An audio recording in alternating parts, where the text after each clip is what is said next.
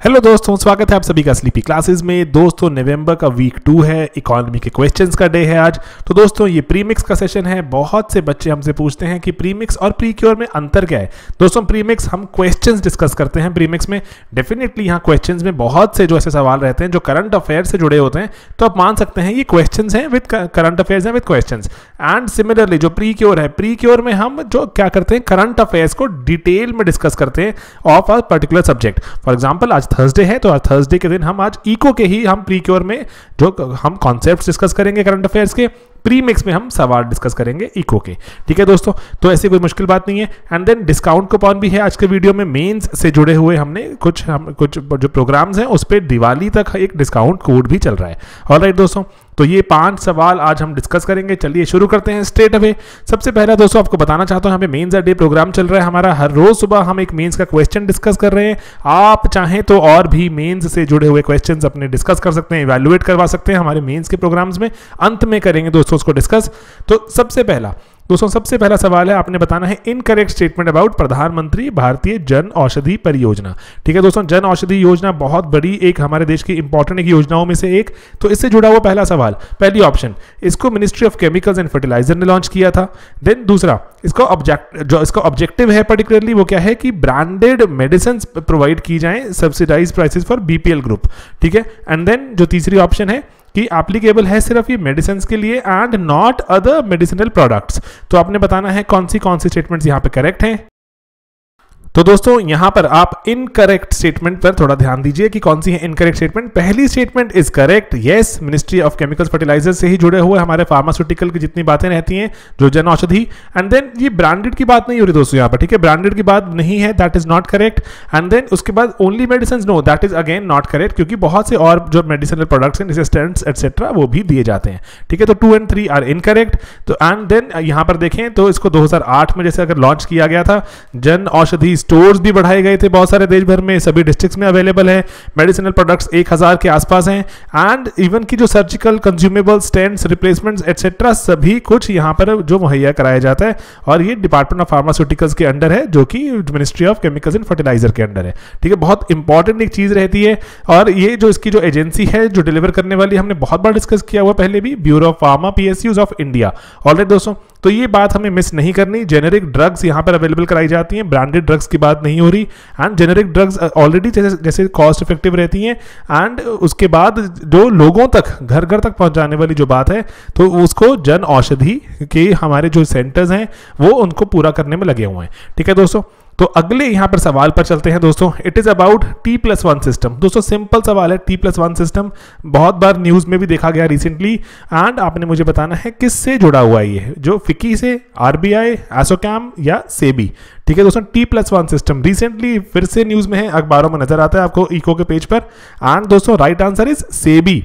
जो हम अगर हम स्टॉक खरीदते हैं दोस्तों, तो स्टॉक खरीदने के बाद वो सेटल हो जाते हैं हमारे अकाउंट में, डीमैट अकाउंट में पहुंच जाते हैं। ठीक है, अभी डीमैट अकाउंट आना शुरू हो गए ना, पहले तो डीमैट अकाउंट नहीं होते थे 90s में।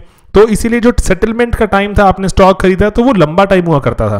ठीक है, तो अभी जिसको साइकिल को रिड्यूस करते जा रहे हैं। एंड देन अभी T+1 की बात हो गई है कि आपने जो भी स्टॉक खरीदा आपके डीमैट अकाउंट में एक दिन में पहुंच जाता है डीमेटेरियलाइज्ड फॉर्म में। एंड देन इससे होगा क्या, एफिशिएंसी जो इंक्रीज तो होती है, आपके जो स्टॉक है फटाफट से आप उसको मूव कर सकते हैं, लिक्विडिटी इंक्रीज होती है। तो यहां पर सभी कुछ जो पूरा साइकिल है, सेटलमेंट का साइकिल जितना रैपिडली होगा कंप्यूटर्स की मदद से, उतना ही जो हमारे जो बायर्स हैं उन सभी के लिए फायदे की बात है। इसलिए फास्टर सेटलमेंट पर जो काम चलता ही जा रहा है। T+1 पे आ गया, जिस दिन ट्रांजैक्शन की उसके एक दिन में ही आपका जो अकाउंट में ये ट्रांसफर कर दिए जाएंगे शेयर्स। ऑलराइट, तो अब देन उसके बाद अगर हम अगले सवाल पर चलें, ये है अबाउट सोवरेन वेल्थ फंड्स। तो इसके रिगार्डिंग कौन सी स्टेटमेंट्स करेक्ट हैं। तो जो सोवरेन वेल्थ फंड है अगर हम देखें तो ये स्टेट ओन्ड इन्वेस्टमेंट फंड्स हैं, जिसमें पर्टिकुलरली क्या होता है, जो कि सरकार द्वारा बहुत सारी जगहों से जो पैसा एक्स्ट्रा कमाया जाता है, जो सरप्लस रिजर्व्स होते हैं, तो उसी में से बनाया जाता है एक सोवरेन वेल्थ फंड।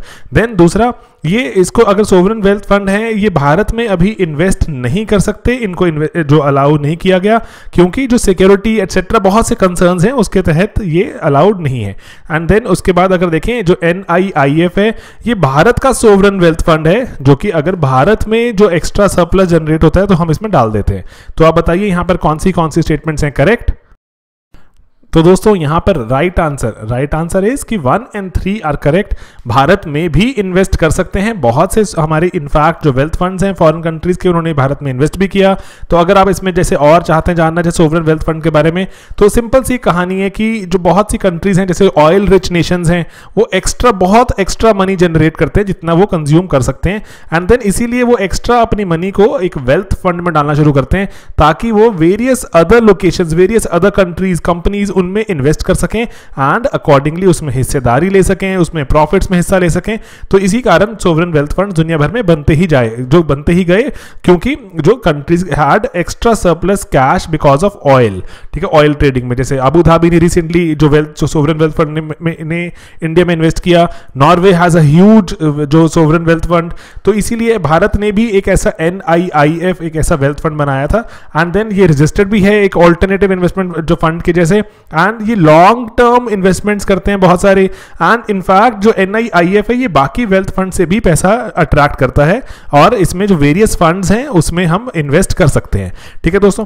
तो वेरियस जो सोवरेन वेल्थ फंड्स ने भी इसमें इन्वेस्ट किया, एंड इनफैक्ट बहुत सी ऐसी कंपनीज भी हैं जो फॉरेन जिनमें वेल्थ फंड्स ने इन्वेस्ट किया इंडिया में, ठीक है। तो ये सोवरेन वेल्थ फंड्स का आइडिया अगर आपको थोड़ा क्लियर हो तो बहुत से सवाल इसके आंसर किए जा सकते हैं। ऑलराइट, तो ये जैसे इसके बारे में, और जैसे अबू धाबी एटसेट्रा के बारे में मैंने आपको बताया भी कि बहुत सारे ऐसे जो इनके वेल्थ फंड्स हैं इंडिया में इन्वेस्ट करते ही जा रहे हैं।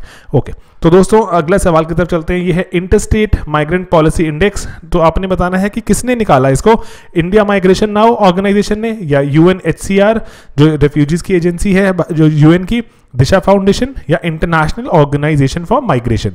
ठीक है दोस्तों, तो यहां पॉज कर सकते हैं, आप इसको सोच सकते हैं। अगर आपने न्यूज में इसको देखा है तो आपको इसका आंसर आना चाहिए।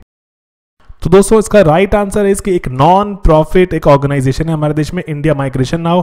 उसी की ने ही एक रिसेंटली ये रिपोर्ट निकाली कि भारत में कितना इंटरस्टेट जो माइग्रेंट जो जा रहे हैं, एंड उसमें स्कोर निकालते हैं। स्कोर के हिसाब से बताते हैं कि कौन सी स्टेट्स हैं वो बेस्ट इंटीग्रेट कर पाती हैं जो आउटसाइडर्स को, आउटसाइड माइग्रेंट्स को अपने स्टेट्स में, एंड कौन सी नहीं कर पाती। ठीक है दोस्तों, तो जो इंडिया का जो स्कोर आया, इंपेक्स स्कोर कहा गया इसको, इंटरस्टेट माइग्रेंट पॉलिसी इंडेक्स, तो भारत का स्कोर 37 है। तो आपके लिए यहाँ पे एक छोटा सा सवाल है, आप मुझे बताइए higher the score is better और लोअर इज बेटर। ठीक है, आप बताइए मुझे कि हायर स्कोर अच्छा है या लोअर स्कोर बेटर है। एंड देन जैसे दिल्ली का लीस्ट यहाँ पे स्कोर देखने को मिला, कुछ जैसे ये स्टेट्स हैं इनका स्कोर बेटर है बाकी स्टेट से। एंड देन अकॉर्डिंगली भारत में बहुत सारे इंटरनल माइग्रेंट्स हैं, it's a major challenge for India to integrate them properly. जैसे अभी हमने देखा भी था, अगर जब से लॉकडाउन हुआ तो बहुत सारे जो इंटरस्टेट माइग्रेंट्स थे they were going back, they were seen going back to their original places, and accordingly एक ह्यूमैनिटेरियन क्राइसिस एक जन्म हुआ। अकॉर्डिंगली आप देख सकते हैं कि भारत में ये इसका होना, ऐसी पॉलिसीज का होना बहुत जरूरी है। बहुत से जो चैलेंजेस हैं कि वोट नहीं कर सकते, 1 नेशन 1 राशन कार्ड की रिक्वायरमेंट है, एटसेट्रा। ठीक है दोस्तों, तो ये एक इंपॉर्टेंट चीज है कि कौन से पॉलिसी एरियाज पे काम करता है। ये मेंस में सवाल पूछा जा सकता है, तो accordingly we should always take note of all this important reports. Alright दोस्तों, तो अब जो नेक्स्ट स्टेटमेंट है आपने बताना है फिस्कल स्टिमुलस को इनमें से कौन सी स्टेटमेंट करेक्टली, अब जो यहां, तो दोस्तों आप ये स्टेटमेंट्स को पॉज कर सकते हैं। फिस्कल स्टिमुलस का राइट मीनिंग इसमें से क्या है। दोस्तों आपको ना बहुत बार एग्जाम में ऐसे सवाल आते हैं जहां पर आपको लगता है कि ये सभी स्टेटमेंट बहुत क्लोज हैं, सभी स्टेटमेंट राइट स्टेटमेंट नजर आती हैं, तो आपको मोस्ट एप्रोप्रिएट, ठीक है दोस्तों, तो ये बात ध्यान रहे, मोस्ट एप्रोप्रिएट आपको स्टेटमेंट ही मार्क करनी होती है वहां पर। बहुत बार तो ऐसा होता है कि एक स्टेटमेंट होती है, आपसे पूछा जाता है कि इसमें से कौन सा जो ये पर्टिकुलर स्टेटमेंट बताती है इसका जो मीनिंग, तो एक स्टेटमेंट मीनिंग होती है, बाकी सभी क्या होती है, एप्लीकेशंस होती हैं।